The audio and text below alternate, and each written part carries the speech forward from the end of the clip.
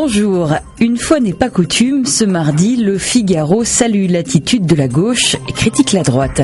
Ainsi, le journal relève la fermeté dont fait preuve Manuel Valls concernant la grève des cheminots, alors que l'éditorialiste du Figaro estime que les déclarations du nouveau secrétaire général de l'UMP, Luc Châtel, qui demande le retrait de la réforme ferroviaire, jettent le trouble. Il donne, je cite, le sentiment déplorable de prendre le parti des jusque-boutistes de la CGT et de Sudrail. UMP, CGT, même combat. La question est écrite en toutes lettres dans le quotidien.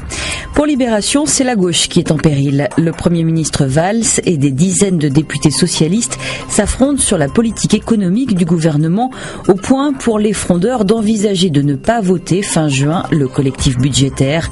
Matignon brandit la menace d'un effondrement du parti, tandis que l'Élysée tente de ménager tout le monde, peut-être en vue, pense le journal de 2017. Pendant ce temps, aujourd'hui en France, jette de l'huile sur le feu concernant l'un des sujets de toutes ces discordes, la grève des cheminots. 3 Français sur 4 sont contre ce mouvement social dont on ne voit toujours pas la fin, dit le quotidien. Pour prendre un peu de recul sur ces affaires intérieures, il faut ouvrir la Croix.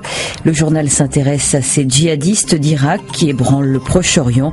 L'offensive islamiste vers Bagdad redessine les alliances de la région, tandis que l'Iran et les États-Unis songent à intervenir.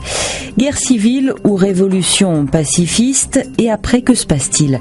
Le Monde s'est rendu en Tunisie à la rencontre des jeunes qui ont fait la révolution. Le constat est sévère, depuis la justice s'acharne sur eux.